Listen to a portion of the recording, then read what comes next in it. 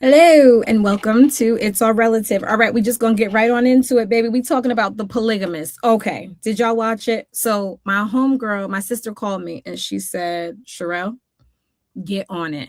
And I was like, all right, girl. And so she had sent me something about it and I still didn't watch it. And then I was someplace, I was up in the Rochester and I was like, I got time. So I just happened to be falling asleep. And I was like, I need stuff to I need to put the noise on, the TV on in order to fall asleep.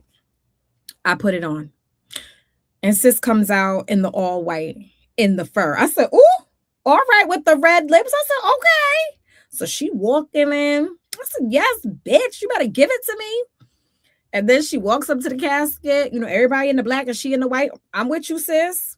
And so she says, oh, like things could have been so much better. And then she was like, you motherfucker. And I was like, oh, that's it. I'm in. And I watched The Polygamist. I watched all of it all that night until I could not watch it anymore. And then I got up the next day. I had like 3 episodes left. And I was like, we might as well do it. That is exactly what I did. I was all in. So okay, here we go. In the beginning, at first I couldn't figure out. I was like, who wrote this? A man or a woman? I was like, what trifling ass man wrote this nonsense? Because it has to be a man. There's no way that a woman wrote this. And I was like, did she write it from the male point of view? Because there just was no way. I could not understand how Joyce just did not want to get a divorce. I was like, now what now? So in my mind, I said, okay, maybe she doesn't want a divorce because she's trying to uphold this image and solidify this deal. And then as soon as she solidifies the deal, because maybe she came from nothing and worked really hard, and family life was the thing that she had built, this content situation. She built it from, and so that's why she just needed to get to the release or whatever. That's what I was thinking, right? At first, like, because how? And then to find out that no, she did it trying and hoping that he would remember the thing that they fell in love, like how they fell in love, and to rekindle the feelings. And that's when I was like, it had to be a man that wrote this nonsense, because men think that women think this way. Has to be. But then as it went on, I again was trying, like, maybe a woman wrote this. I was so confused sometimes about the characters. But let me tell you what I loved about the show. I loved seeing real women, real bodies, no work done. Like Joyce had a fupa like I got. I said, I love to see the asses jiggling. Loved it. Yes, give it to me. Yes, please, and thank you. And I'm someone that is always looking for ways to connect with Africa because I don't know it. You know what I mean? And yes, I'm foundational Black and I love being Black and I want to be Black in every single solitary lifetime. However, I find that, I'm just looking for connection over there. I don't necessarily know where I came from. I think I'm more, now how do you pronounce it? Benin? I think I'm like 40 something percent from Benin when I did my ancestry. I would like to do the African ancestry. I want to do the African ancestry and then go over there because, like, maybe there are people that look like me over there. So I loved the connection and hearing the names, and like Jonas's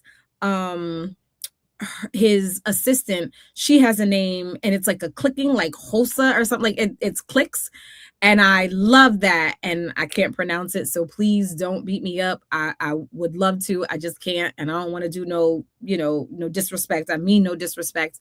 So it was just allowing me to see Black people in a way that I don't normally see them. So I just love that. I loved, what's her name? Mumbai. Was that her name? Is that how you pronounce her name? Menzi. And I was like, Sarah, that, not that, but that.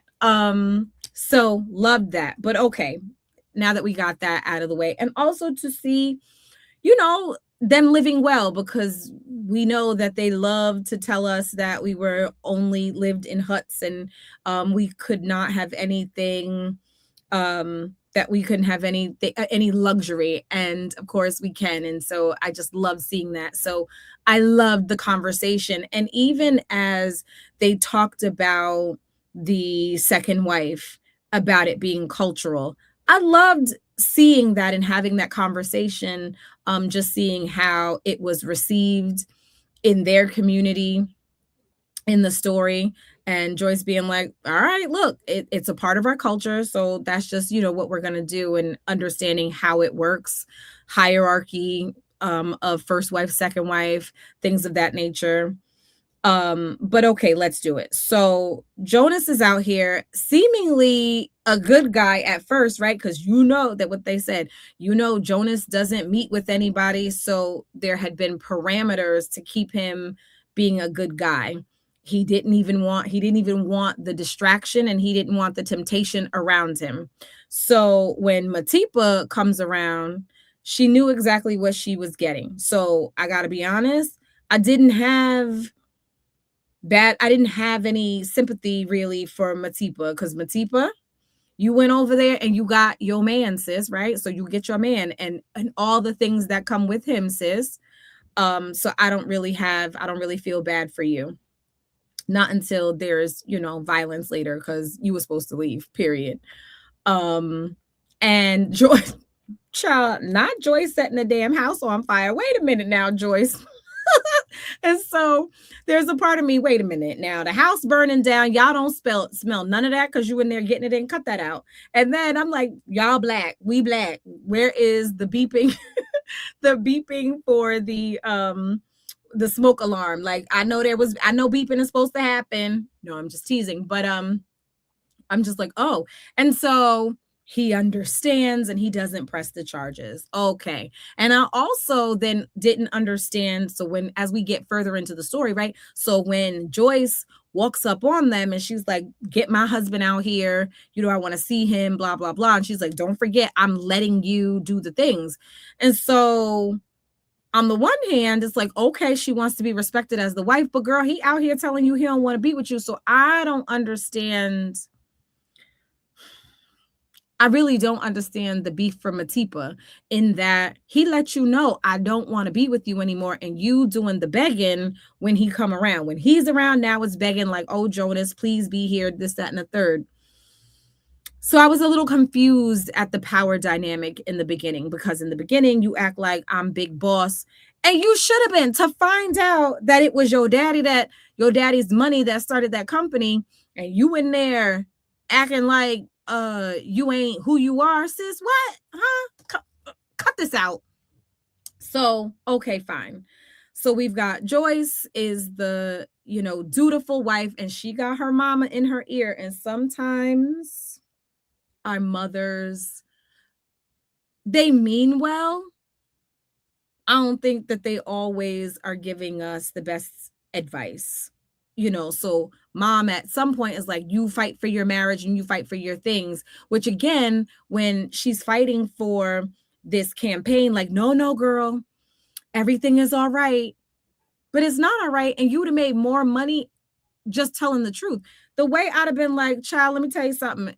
Everything that glitters ain't gold. I'd have threw a divorce party. I'd have told you about how great divorce life is. I just didn't see the need to have to lie about it all. So even in that, let's stop here. Y'all, stop keeping up this facade. It's so much easier, and it costs you so much less, right? Like, so much less. That's such a contradiction, but it costs less than having to keep up and uphold a lie. Like, upholding the lie will make you sick, because of all the twists and turns and the ways that you have to contort yourself in order to fit into some fake ass narrative. Just be honest about what it is. It will save you so much in the long run. It'll save you your peace in the long run. Because if you worried about what other people think about you, then you're always running from that, and then that means somebody always has something to hold over your head. Baby, I can't live my life like that. I just refuse to do it. And in the end, it is it's less expensive. Maybe that's what I want to say, right? Because sometimes it's going to cost you your peace. Sometimes it costs you relationships. It's going to cost you your health. Having to carry around that kind of stress, right? So just tell the truth.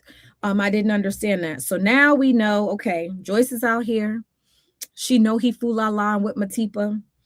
And I'm watching This Is Polly. So I'm going left. I'm going to come back right. So I'm watching This Is Polly. And this one couple, which I want to do a video about, but again, another story for another day. But she is constantly like, well, you said you'd stop cheating if I gave you polyamory. So when you open up the door and you're like, please, please, please just stay and you can just go over here and have the sex, it isn't as easy as you think it's going to be. You know why? Because it's not about that, right? You cannot keep a man that don't want to be over there. That is what I tell the people. Can't keep no man that don't want to be kept.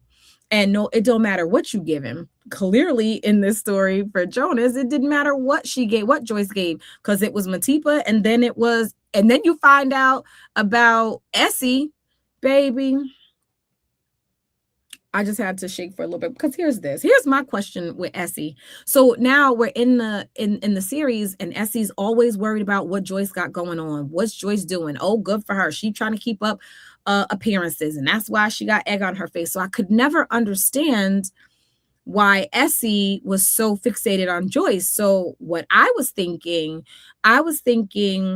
oh, well, maybe Magesh isn't making as much money. I thought maybe Jonas is not doing right by his brother and the family is struggling. That's why she's always pressed about Joyce. Only to find out that she was wife number damn two. Essie girl, cut this out. So then they do the flashback, right?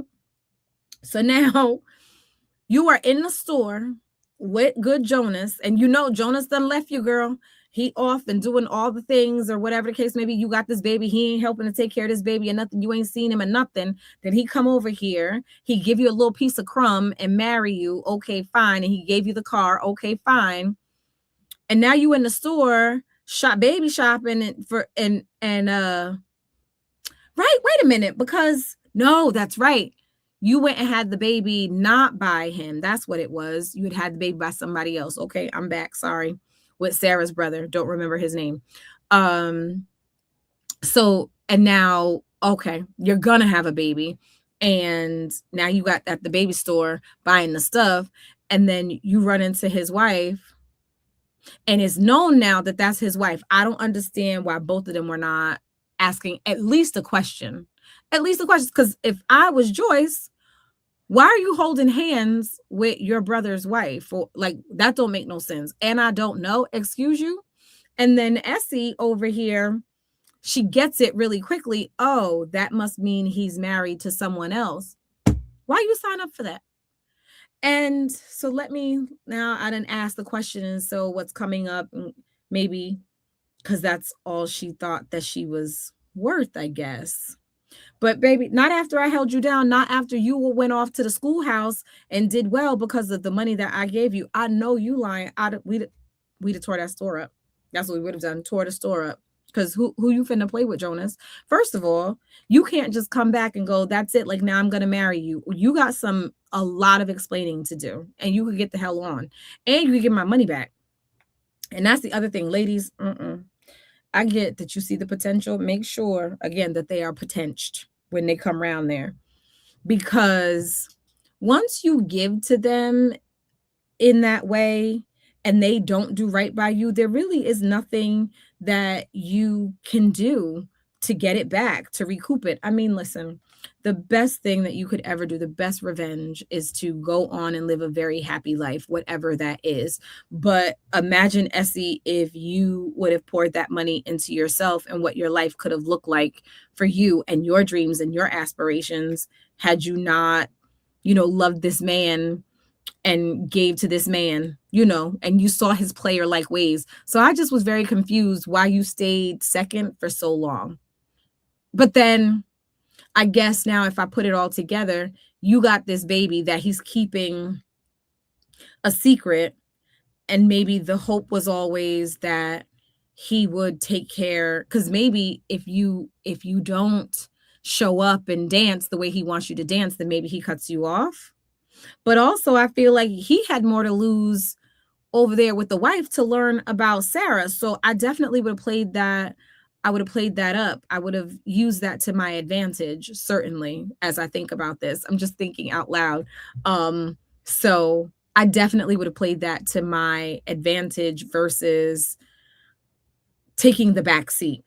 But that was very confusing. I was confused. And why would you go along with it so long? And then to have your daughter knows that that's really her father. He get to come over there and play around with you. And yet your daughter has to sit and watch his kids live a very different life than your daughter, because if it's in my understanding, right? It's the girl Mumbe, and then it's Sarah, and then it's Menzi, and then the younger boy, right? Like, is that it? Whatever it is, but why have Sarah play along with that? That's so unfair to Sarah. Poor baby. Ooh, ooh. My grandma was in a situation with a man who just cheated. He cheated up, down, around. Child, he had a baby by the next door neighbor from across the street. And my grandma got into fights and everything. My grandmother is 88. She'll be 88 next month. She's 87 years old, about to be 88, and still got silent beef, like internal beef with his baby mama, with her man's baby mama. He is dead and long gone. They have broken up before I was ever born. So I am 46 this year. So for at least 50 years, my grandmother has not been with this man, and she still got beef with that cross the street neighbor. To some degree, I get it, right? Because, bitch, you played in my face. You was smiling in my face, pretending to be my friend, and you was all along sleeping with my man. My grandma was right to put her hands on her. I get it. And you know, I don't believe in the pow pows, but my grandma was right to whoop her ass. But on the other hand, grandma, you was playing with this man who was cheating on you left and right, and you stayed. And so just the other day we were talking about it, and I asked her, I said, Grandma, why did you stay so long knowing who he was? And she said, I just loved him. I don't ever want to be in love like that. You hear me? I don't ever want that kind of love. Lord, may that kind of love pass me by, Jesus. I don't want to be, as Jill Scott said, digmatized. Don't bring that over here. I don't want it. I don't want to be accepting of really horrible treatment. And just accept it. I don't want to do it. I don't want that kind of love. May it never find me. And may I curse my enemies with that kind of love. Like, I hope I hope people, like, I don't wish them death. I wish them some toxic ass love. That's what I wish them. I hope you fall in love with somebody that just break your heart into 20 million pieces. Joking, kind of.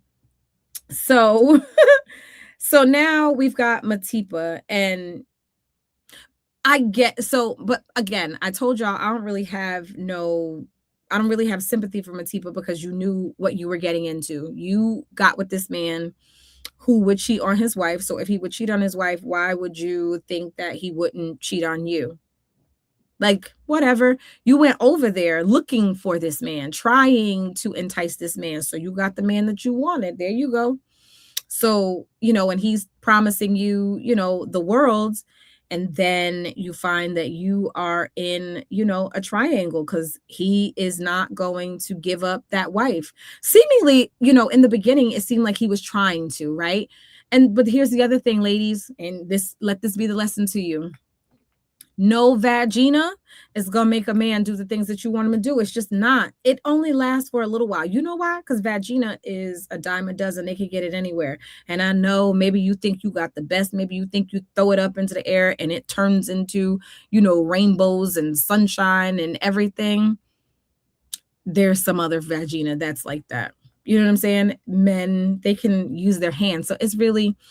Have you ever seen, like, men will cheat with anything? They'll sleep with just about anything. Some of them, a lot of them. I'm not going to say all, some are particular, but for the most part, right? Everybody had a cow when they found out that Usher had slept with that woman that many people saw as not worthy of Usher sleeping with. But there you have it. And I'm not saying that she's not, she is, but I'm just saying that's why people were shocked, right? Oh my God, he's Usher. He could have anything. Yes, he could have anything. And what people deemed as less than. And I don't think that it was less than, but the people think that it was less than. And he was over there sleeping with her.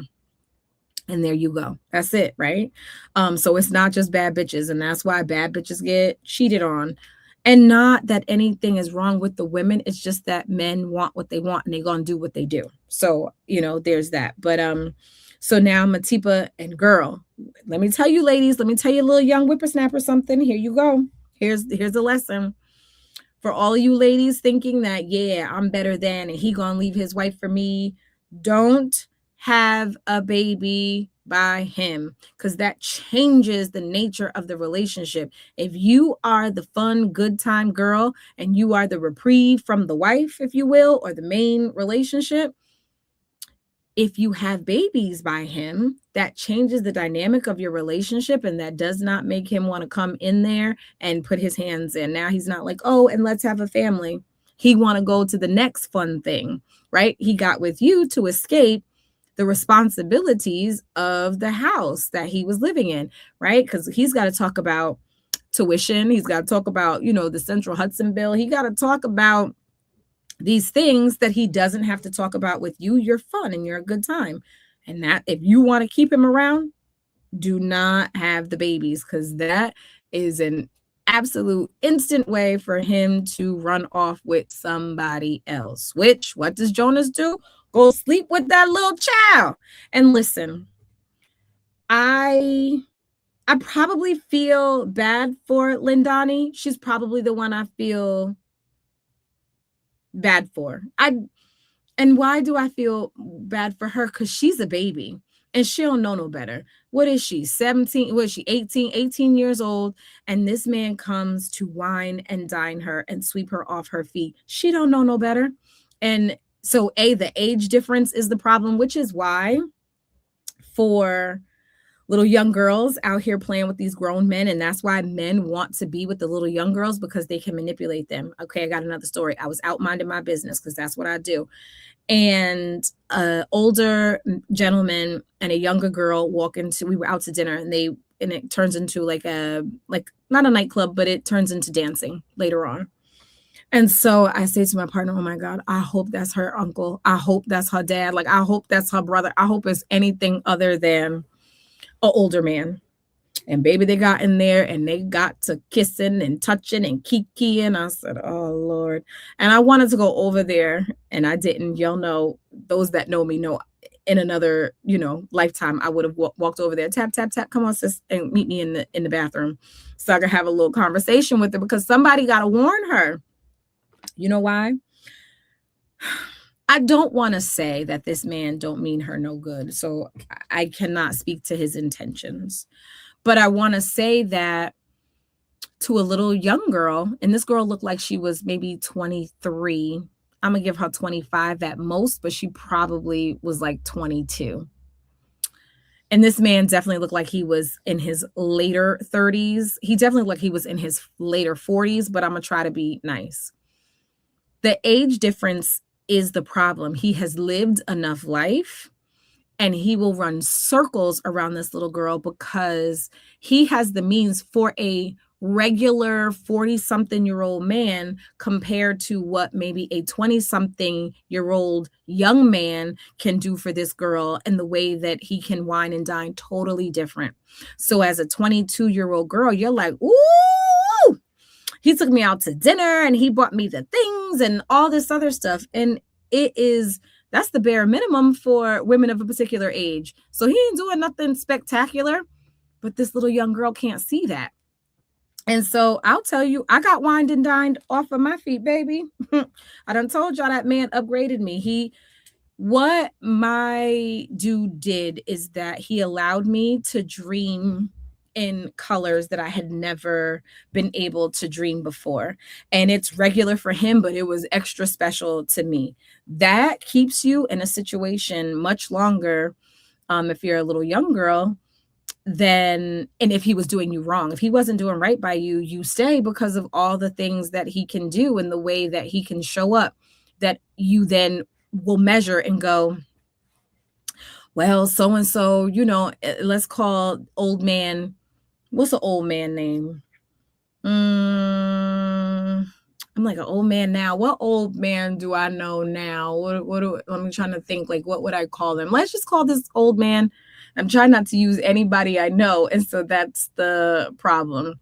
We'll call this old man George. There we go. We'll call the old man George.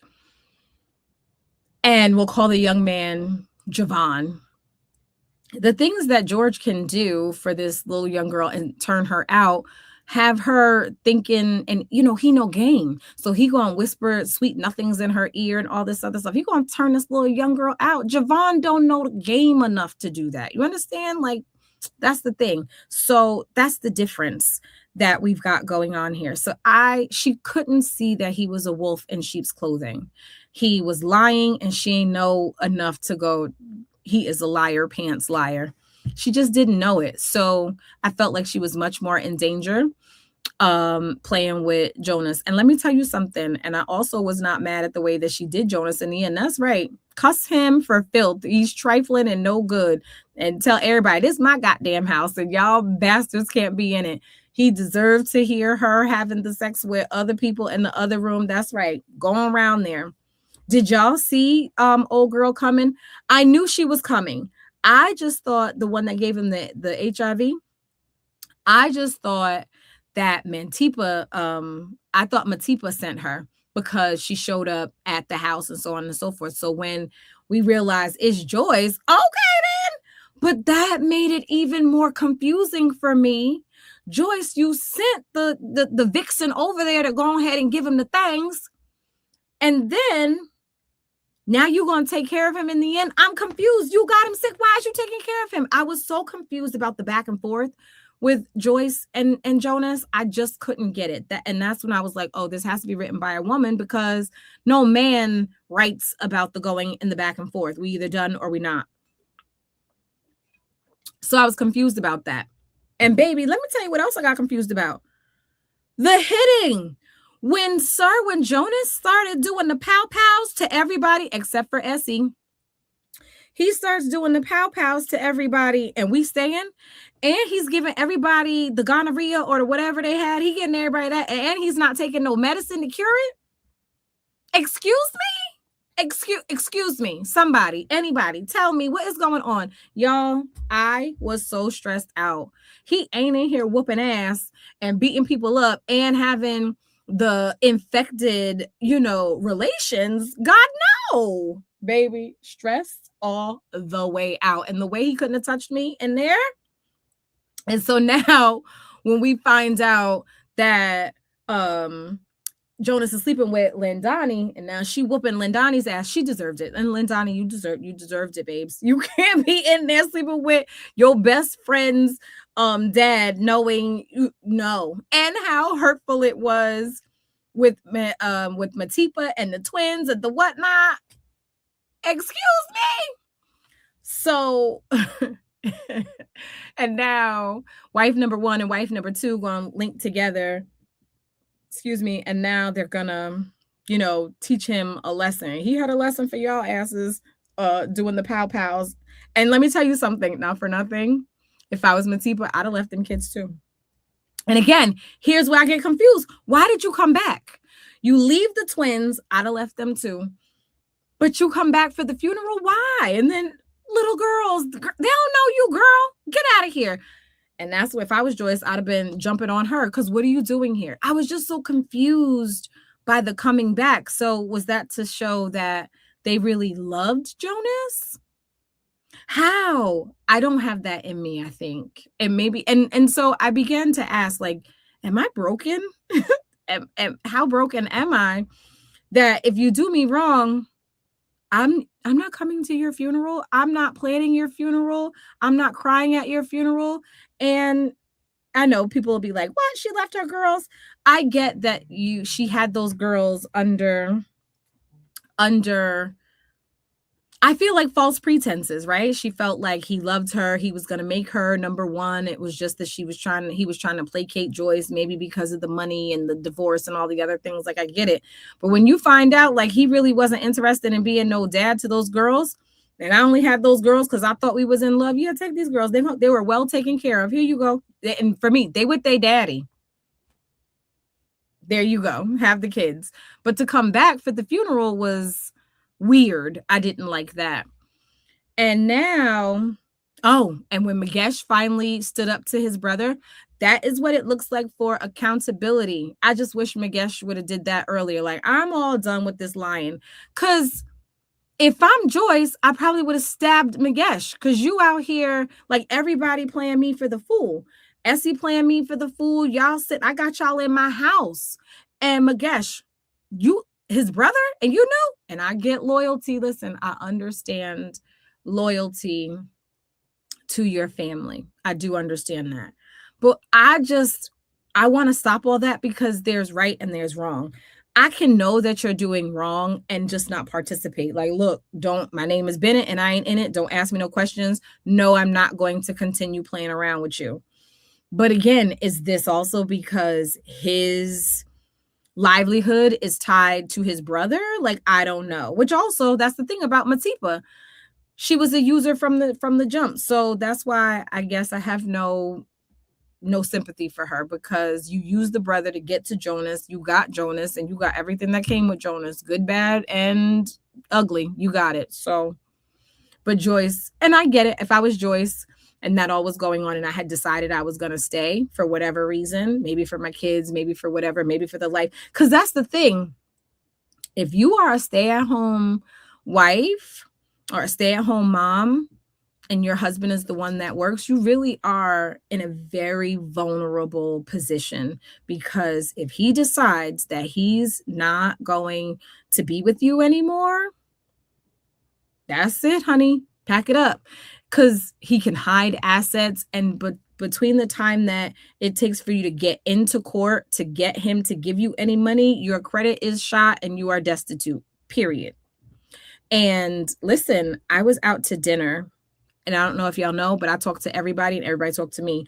So we're out to dinner and this woman was sharing that she was going through a tough time. We're talking about glasses. And so she was saying like the original pair of glasses that she had were $800, but her and her husband are going through a separation and she's a stay-at-home mom. And the husband made big money. So husband comes into the house and he's like, check this out here. I've been seeing someone for the last couple of months. I said, and he told her, and no more $800 glasses for you. So she's like, I had to penny pinch and so on and so forth. And so she goes, but I raised his children, boys at that. And he didn't give a damn. And sometimes we think that they will give a damn.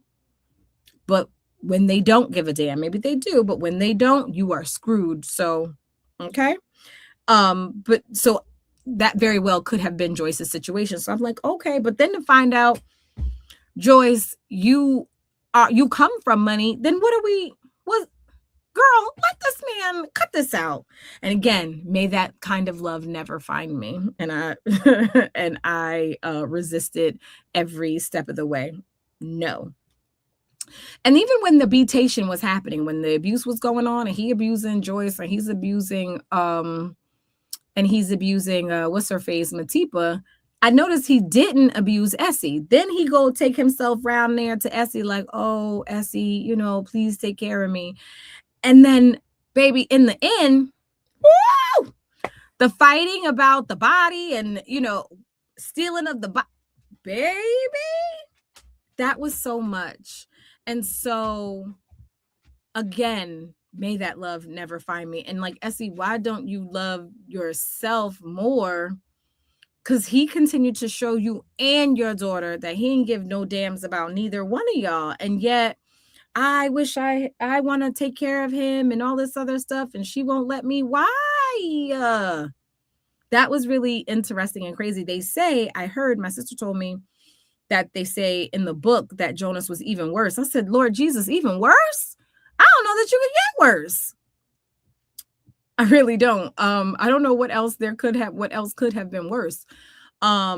So now, and I know we didn't even talk about when the son saw Lindani, having the relations with the father, baby.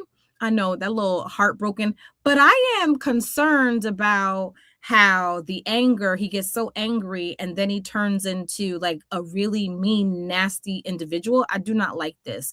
And I don't know if we're talking about that because that is problematic and I don't like it. And then what else? So now the ending comes, right?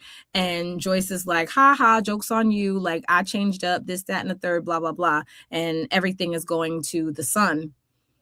Lindani's your problem, Joyce. I don't know if you see it because he's still got a thing for her. So she could potentially, even though, and I was like, well, if she had, if he had the HIV, how Lindani don't got the HIV? Did Lindani then, sleeping with the son as the revenge, give the son the HIV? Now I'm confused about all of that, right? So somebody clarify that for me. Is there going to be a part 2? Do we get a season 2? Because if we get a season 2, my concern is that Lindani, being a little vixen that she is, how does the son feel? Is he really, because he only pretends to be somebody that he's not. He only gets strong every once in a while. He really ain't built like that. So I'm thinking, Joyce, Lindani could do some things for your son that, baby, you can't do for him. And then you're going to be in trouble, honey, as it pertains to the money. So this is going to be interesting to see. But baby, The Polygamist, it was so good. I enjoyed it so much. There were lots of twists and turns, but also stuff, like I said, that I just didn't understand. That love and carrying on, and you let him treat your baby like that. And now, that's the other thing. How do I feel about, okay, go. Charlotte got this big dog, go. And once you start petting her, she just won't let you stop. But how do we feel about Mumbai and Sarah? Sarah was dead ass wrong for, trying to sleep with that girl's boyfriend, for having her heart broken. I'm glad that she was accepted in the family business, that like Minzy took to her. But the betrayal is something else. And what is it? Because I'm trying to think. I don't remember. Was she back talking to the old boyfriend, or did she get a new boyfriend? She was getting a new boyfriend, right? Because I never understand this. I don't understand when there's betrayal, like a friend betrayal, like if my best friend sleeps with my man and I hate my best friend, but I make up with my man. No. Because both betrayed you. Both had loyalty to you. And in that situation, neither one had more loyalty. As my bestie, as my then cousin, you had loyalty. But is Sarah allowed to say, like, but I was really hurting and I just wanted to take it out on you? Because that's real, Can they go to therapy and work it out? And I think that she's deserving of another chance. What do I want to say? I wouldn't be all trusting, but I would be open to trying to mend the relationship. Like, I'd need to watch her and see, like, so I wouldn't take her back, but I could understand she was hurting and she made a huge mistake and that she's very sorry for it. I could do that. Cause like I could never forgive Lindani. Like, bitch, you were sleeping with my damn daddy. I couldn't forgive her. I could forgive Sarah. I think in this moment, I think I could.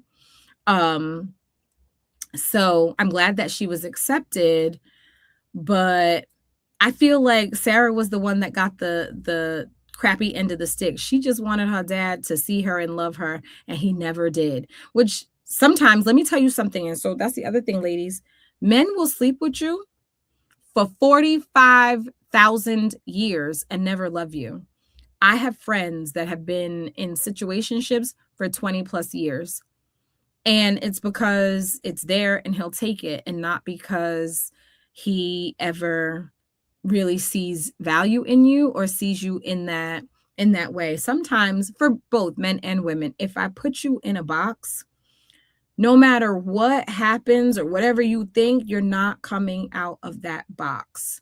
So that's what I think the situation was with Essie. And I don't think Essie ever came to that realization that he never really loved her. He didn't give a damn about her kid. Ain't no way in the world. This man is seemingly, right, a multi-thousandaire, millionaire, whatever, and your daughter want a damn phone and can't have one. I know that you are lying. I know that you're lying.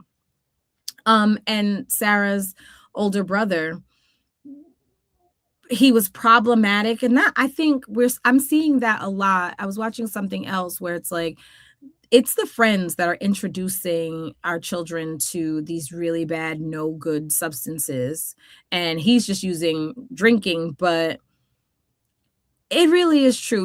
We really need to do a better job, I think, of having conversation with our children about not taking anything from their friends. Like, just because your friends are doing it, you don't have to do it. And because in the moment it seems like they got it under control and it's just fun, it spirals out of control really fast. And that's the thing that we need to know.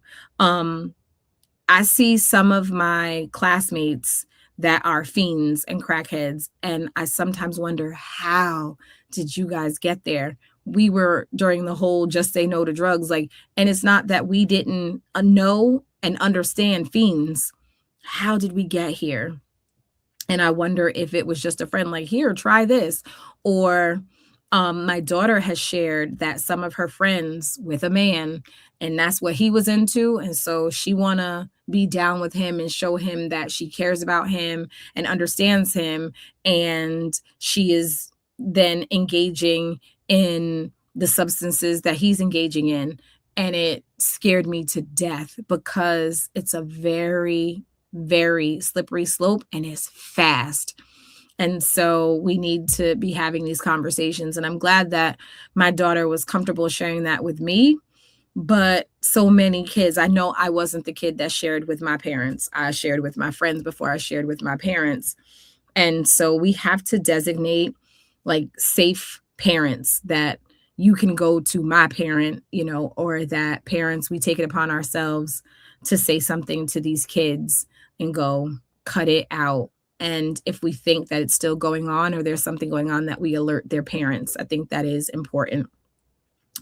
So, yeah, I hope there's a part two. I know I was kind of all over the place with it. I'll try to do better. But I just wanted to get it out. Anywho, I hope that you have a great one. And let me know what you think, what your thoughts are for the polygamist. Drop down in the comments and let me know. And I'll talk to you later. Bye.